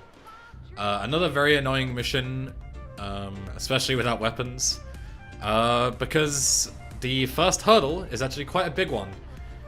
You have to essentially deal with these boats, and the problem is that obviously we're kind of like stranded somewhere. So we need to, unfortunately, as much as I hate to do it, but it is necessary for this, on Mission Zero Death. As a quick reminder, TLDR, if you die on Mission Zero, as we've done a lot in these missions, it doesn't actually fail the mission. So we can then spawn near Starfish Island and go and access the boats from this way instead. And there is, as you can see here, there is a huge clear area, so much to the point where you can actually, where you can despawn a car right in front of your eyes. These guys don't pay any attention to you whatsoever, the guys doing the actual deals. The guys on the boats will attack you as soon as you attack them. They have like Krugers and stuff that they do quite a lot of damage. So yeah, you have to kill these guys, or at least some of these guys, I don't remember exactly. But we can kill them all anyway. And then you have to kill the people on the ships as well. So we'll go and do that. So once we've dealt with those guys, we need to essentially get back to Rico's boat, because obviously the game kind of expects us to be on there, and then we can trigger the next sequence. Psych! So getting to Rico's boat is actually a huge chore. I had to keep cars in memory by glitching them, which I've stated how to do before. And then even then, I had to make almost like a lily pad set of stepping stones, because the boats are way too glitchy to deal with. But we finally make it across, and even though we're still on the boat, nothing. The next cutscene does not trigger. Even if we, you know, kick Rico, do whatever, doesn't matter. It does not trigger. What is the trigger, you ask, as to how the game actually dictates as to whether you're going to progress or not? Watch and see. We're under attack. To fire a gun. For some odd reason in this game, or in this mission, there is a specific check to see if you fire a gun in order to progress this mission.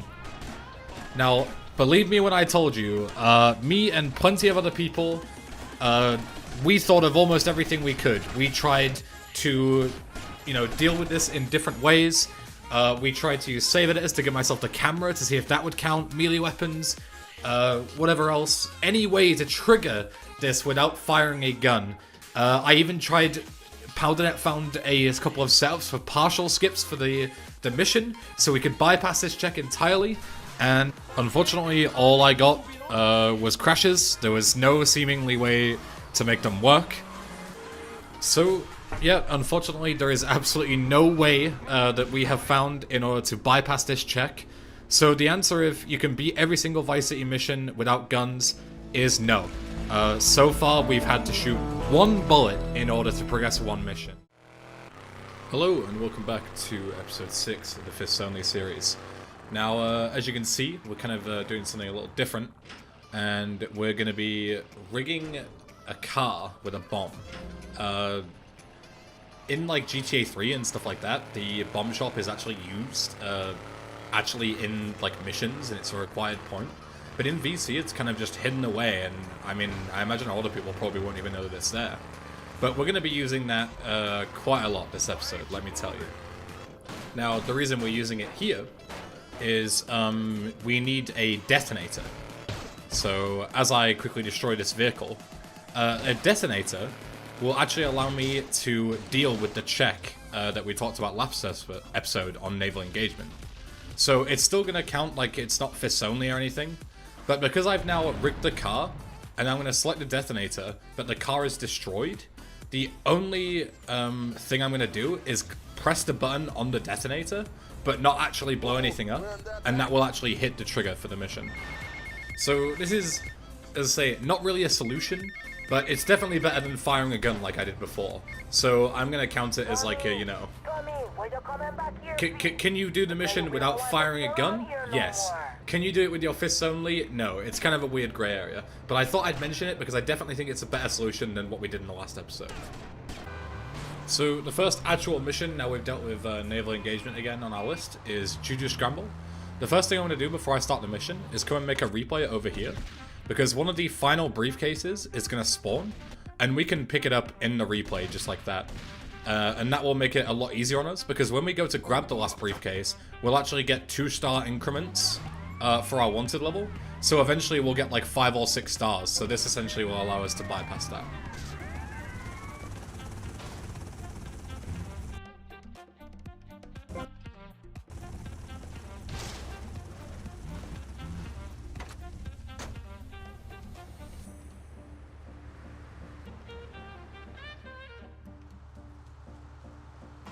Next up is the second anti-deploy mission, which is Bombs Away.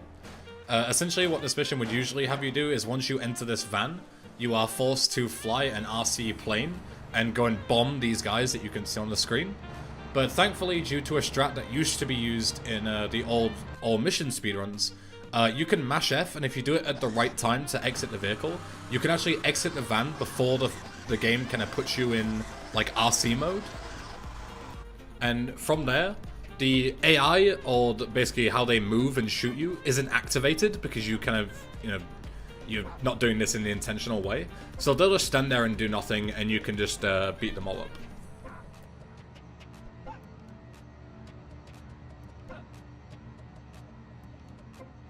Now, the next thing we need to do is destroy these vehicles somehow.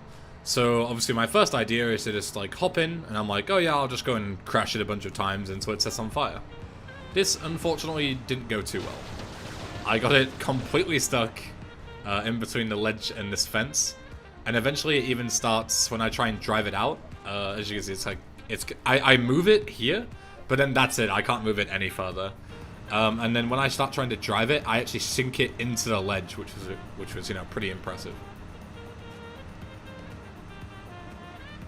So in order to remedy this, I just brought the voodoo that I came along with and just rammed it in, set it on fire, and then just kind of bailed out and let the chain explosions deal with it.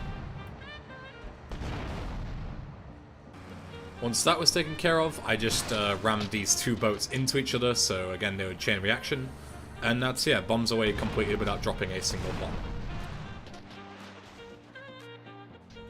Next up is the 5th and final payphone mission, Loose Ends. Essentially, you have to go and infiltrate this little compound. There's a shitload of guys that are going to come and deal with you. But as we mentioned before, they are classed as gang members. So if we take a nice long phone call, which we get from actually from Cortez, then we can just go ahead and run on through without any of them attacking us. And then we pick up the briefcase. Usually you could like to kill the guys and take the helicopter, but instead we just choose to dip, jump off the roof, and just take a car to the airport. and hand in the briefcase. Nice and easy.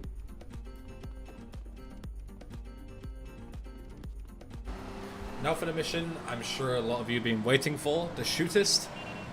If you've played this game before, this might have been the mission that you've kind of said to yourself, like, wow, like, surely if any mission is going to be impossible, it's going to be this one. Because you get forced into turret mode, very similar to Phnom Penh, but unfortunately there's seemingly no way to destroy the targets without guns. Like, even if I can gain control and do whatever else, then I wouldn't be able to destroy the targets. You can chainsaw them, but, you know, that's about it, and even then, like, how would you get access to a lot of the targets? And the sad reality is, even though we kind of fixed naval engagement, is you're absolutely correct. I have I don't know how many ideas we've tried for this mission. We have tried some of the most ridiculous fucking partial skips, insta-pass setups, mass dupes, like weird glitches to gain control, just the most ridiculous stuff to try and get this to work. And unfortunately, as you can see in the footage, you have to shoot.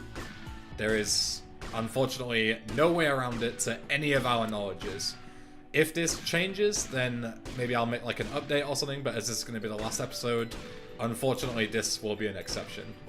So the minimum amount of shots, as you can see, is 61, because you need to get 61 points, and this one is just simply 1 point per round.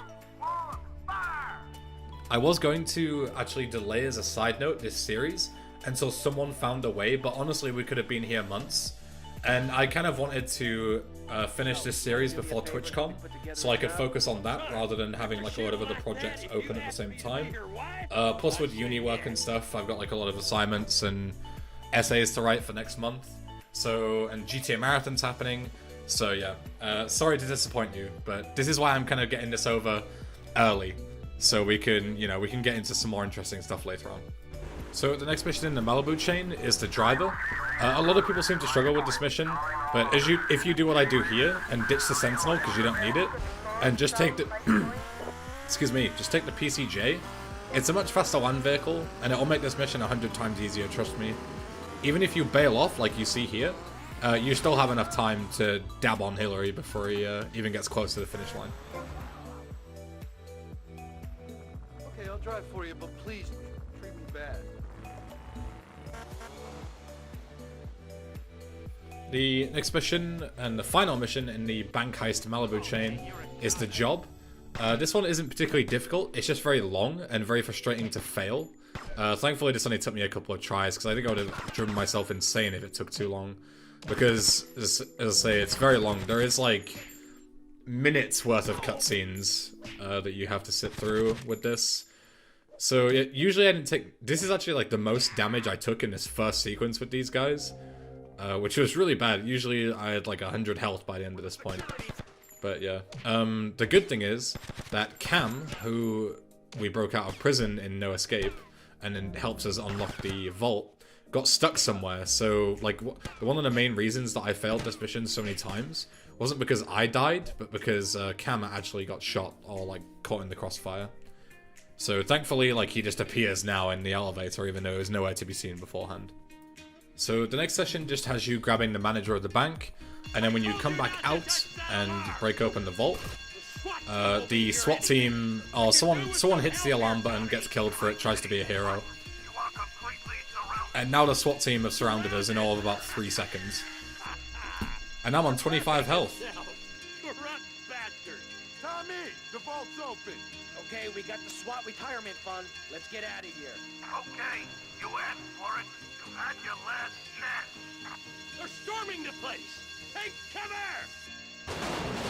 So I'm going to make use of this nice little set of bulletproof glass, and I'm just going to let Phil, you know, he's the gunman after all, I'm just going to let Phil kill them all. That's the last of them. Good job, Phil. Go! Even though about half of them are still alive, but good job anyway. The final section, right after this, is just waiting for Hillary to come and grab us, you know, pick us up in the getaway car. And his death scene, if you haven't seen it, is always hilarious. He walks, shoots a couple of bullets, doesn't get shot, and then just drops dead. So I just bum rush to the taxi because, you know, the most protection. And thankfully, Phil and Cam both are smart enough to get in right after me. Sometimes you have to like babysit them and they can kind of be assholes. I forget which one of these people, I forget which one it was. Oh, it must be Cam. Cam can die in this mission at this point, and you still pass. But obviously Phil can't die because you have missions related to Phil that unlock after this chain. We made it! We're rich! Rich! So with that chain being completed, as I mentioned before, we unlocked 2 of Phil's missions. We're getting very close to the end right about now. Gunrunner, which is the first one which you're watching here. I thought this would be much more difficult than what it actually turned out to be. But it turns out that, as you can see, essentially what you need to do is there are 4 different trucks. There are 2 here and 2 further up north that you can see on the map. Well, can you see them? I can't see them. Whatever. They're on there. But yeah, and you've got to not only pick up the weapons that you can see with the markers over them from the crates, but you also have to destroy the actual vehicles themselves that they drive. And then after you've killed the first 2, I think, or maybe it's time-based, I don't know, but after like a set number of conditions are met, then you actually go ahead and spawn a bunch of guys that we call the Faggio squad, because they're all on Faggios, you know, very inventive name by the speedrunning community. And they can absolutely destroy you. It's very bad sometimes. But as you can see here, when you actually hijack these guys and get in, it kind of glitches out the guys on the back, which made this far easier. Like, they were the biggest problem. Like, Faggio squad aren't really a big deal, as you can see. You can kind of just like run around, duck and dive, and even let them shoot the trucks, which will allow them to explode, which makes it a lot easier.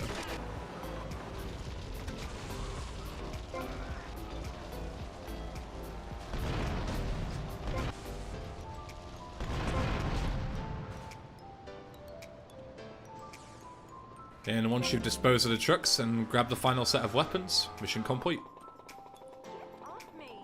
Take that, Faggio squad. So the second and final Phil's Place mission is Boomshine Saigon. Essentially the lore is Phil's sticking around with Boomshine, blows his arm off, and you gotta go and take him to the hospital, but then he doesn't want to go to the hospital. The only trick in this mission, it's very short, it's like a minute long, if that. The only trick is that you're kind of in like drunk camp and your controls are very messed up, which kind of makes it, you know, a bit more difficult because you can't crash too much, otherwise Phil will die from like blood loss or whatever. But if you just pause and unpause like I did there, that gives you your controls back temporarily, so you can just keep doing that whenever you lose control. Makes it much easier. I totally didn't forget to record Trojan Voodoo, which is the final one in the chain of Umberto's missions, which you complete after you do all the gang-related missions. But this one is super simple. You just drive into the compound with a gang car, and then you go ahead and just run through all the guys. You don't need to shoot any of them, and just plant 3 bombs, and then head up to the roof and let them go off. Simple as that. So now we're back at the Printworks. Now we're done with Phil's stuff, and this is actually the second to last mission in the game. Cap the Collectors. It's not particularly complicated, just a set of guys come along, or 3 sets of guys come along on dirt bikes, and they're trying to basically tax your businesses. You can, however, if you know where they are, deal with them very easily. Sometimes they can jump out the way, but you can just kind of hit them with your car. And I just decided to leave this guy a nice little present. Nice and easy.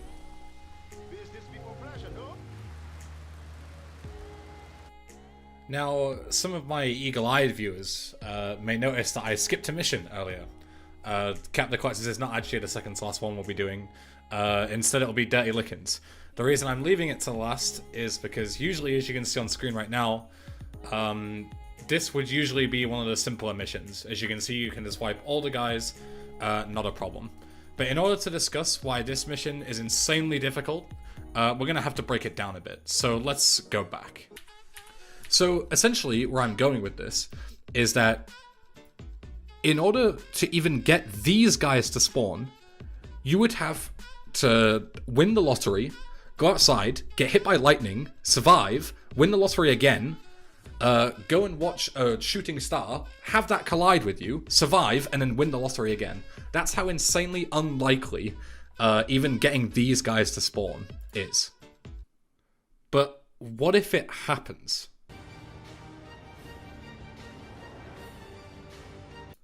Yep. The last Cuban becomes fucking invincible. After several more hundreds of attempts and hours of testing, we found out that no matter where you move the van, no matter what guys you spawn, so even if you spawn the last set of guys, the last Cuban will become invincible, and you can't kill him within the zone. It is not possible to. You can't kill him with your fists, because also you'll fail the mission. So you have to kill him remotely. That is the only choice. Furthermore, if you block the van like I did there, that will also make him invincible, so we're going to have to deal with the van another way. Remember when I said we'd be using some car bombs? This is the only way to remotely do damage without actually firing guns to the van. Now, as you can see, I made a glitch car blockade around the last set of guys, rather than the van, after just straight up blowing it up. And as you can see, the last Cuban is still invincible after these last guys spawn. So even if they were to all be dead, that last guy is still going to be completely invincible, and he would just slowly 1v5 the rest of the Haitians. Now, similar to the naval engagement argument, you may ask yourself, how do we deal with this Cuban?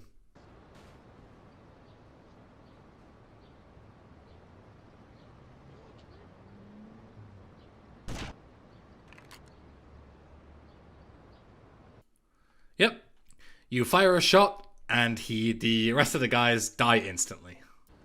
So, this is the like full attempt. What actually happens during the mission. This is how I was able to complete it. 5 hours later of attempts. This was driving me absolutely insane. So if you guys can think of a better way to do it, then sure. But the least I got after all these hundreds, if not thousands of attempts, was 1 bullet fired and 1 car bomb to destroy the van. Anything less seems to be impossible because of the way the mission is stupidly configured. But yeah, so unfortunately we'll have to make yet another 1 bullet exception. So as it stands right now, 2 missions in the entire game you need to actually use guns for. Which isn't bad, honestly, when you think about it.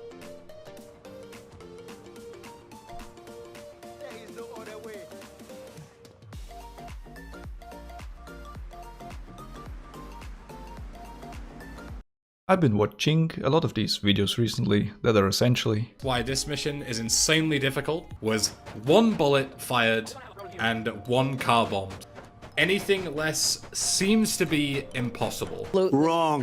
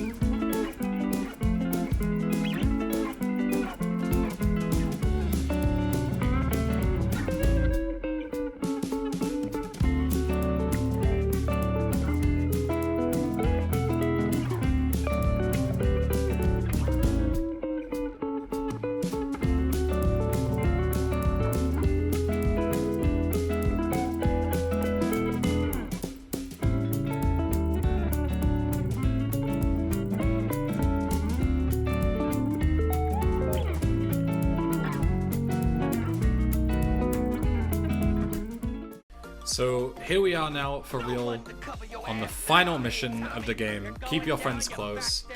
A pretty simple mission in theory. You just have to wait a minute for Lance to spawn. If you don't touch your camera, none of the bad guys spawn. And then as long as you kill Lance, either on the rooftop or wherever else, and then you wait another minute, 2 minutes after the mission starts, Sonny will spawn.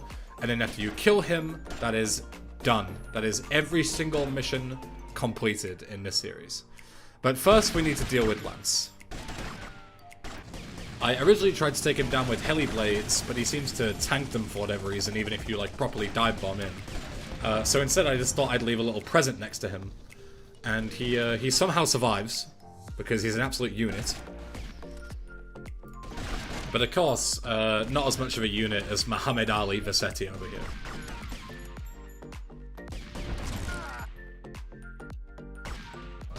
Now, I was going to go for the classic Adam AK-inspired Infernus drive right into Sunny to finish this thing off, but it doesn't go to plan.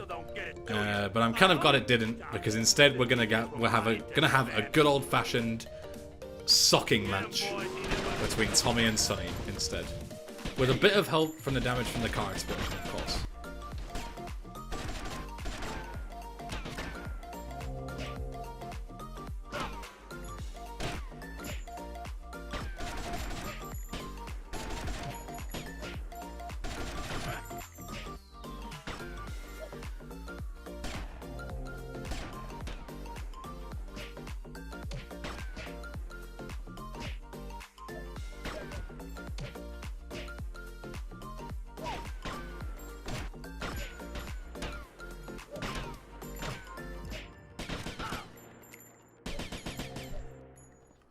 And that is that.